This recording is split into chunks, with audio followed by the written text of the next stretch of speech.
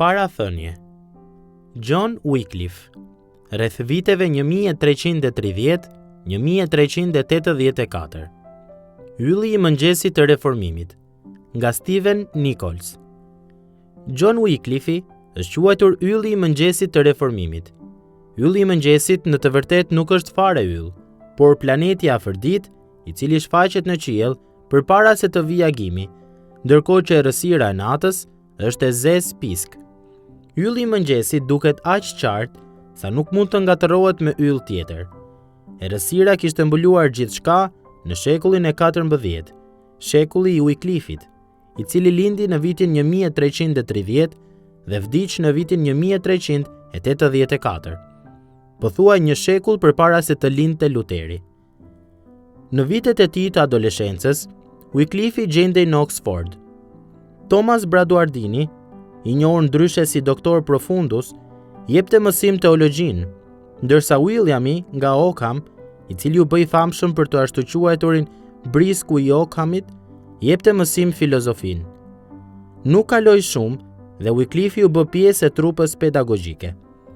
Pasi u caktua si dekan i kolegjit Balliol, Wycliffe dha leksione dhe shkroi vepra rreth filozofisë. Por studimet biblike e tërhiqnin vazhdimisht.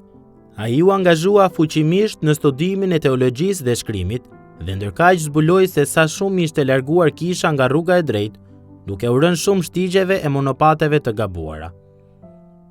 Krijimi i kushteve.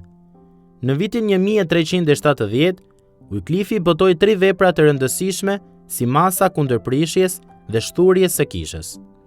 E para, rreth sundimit hynor, vinte në shënjestër autoritetin e papës. Wycliffe nuk mund të gjente asnjë bazë biblike për papatin. Në fakt, ai argumentoi që papati bie ndesh dhe e zbe autoritetin e vërtet të kishës, i cili është shkrimi. Vepra e dytë madhore ishte rreth sundimit civil. Këtu Wycliffe u kundërvua autoritetit të ushtruar nga kisha katolike e Romës mbi kurorën dhe fisnikërinë angleze. Ai u shpreh se nuk ekzistonte asnjë arsye pse Anglia duhej të vazhdonte të mbështeste një kishë të korruptuar. Në veprën e tij të tretë të rëndësishme, rreth së vërtetës së shkrimeve të shenjta, Wycliffe e zhvilloi edhe më tej doktrinën e autoritetit të shkrimit. Këto 3 vepra ishin shumë jetike për sa i përket krijimit të kushteve për reformimin. 2 pedagog që aso kohë po vizitonin Oxfordin, u kthyen me shkrimet e tij në vendlindjen e tyre, në Prag, shkrimet të cilat patën ndikim te Jan Husi. Ky i fundit do të kthehej në yllin e dytë të mëngjesit të reformimit. Në shkrimet e hershme të Martin Luterit, zbulojmë gjurmë të ndikimit të John Wycliffit. Megjithatë, sado të rëndësishme të jenë këto vepra, ato nuk mund të krahasohen as pak për nga rëndësia me kontributin e tij më të madh, Biblen Wycliffe. Reformimi fillon nga përkthimi. Në veprën e tij, rreth së vërtetës së shkrimeve të shenjta, Wycliffe bëri thirrje që Bibla të përkthehej në anglisht. Sipas ligjit katolik, përkthimi i Biblës në gjuhët e popujve përbënte një herezi që dënohej me vdekje. Zorse mund ta kuptojmë dëshirën e kishës për ta mbajtur fjalën e Perëndisë larg njerëzve, sepse një gjë e tillë ndodh vetëm kur kisha dëshiron të sundojë mbi njerëzit. Wycliffe ishte aq i bindur për fuqinë e fjalës së Perëndisë sa nuk i trembej më pushtetit të papës. Si rrjedhim, ai dhe një grup kolegësh u zotuan që ta bënin të disponuesh me Biblën. Jo vetëm që Bibla duhej përkthyer, por gjithashtu duhej kopjuar dhe shpërndar.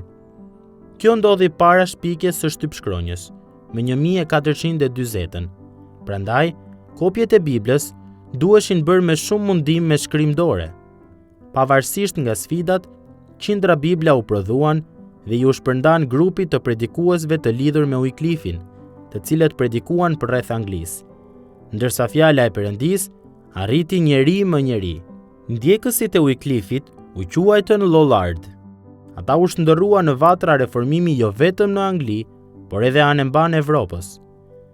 Këto përpjekje për përkthimin, kopjimin dhe përhapjen e Biblës në gjuhën angleze u nxitën për një motivi të vetëm, të cilin Wycliffe e shprehu me këto fjalë.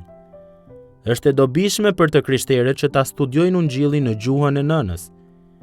Nga fundi i jetës së vet, Wycliffe u përball me humbjen e përkrahjes nga kisha dhe fisnikëria në Angli. Natyrisht, Papa e kishte hal në sy qysh prej shumë kohësh.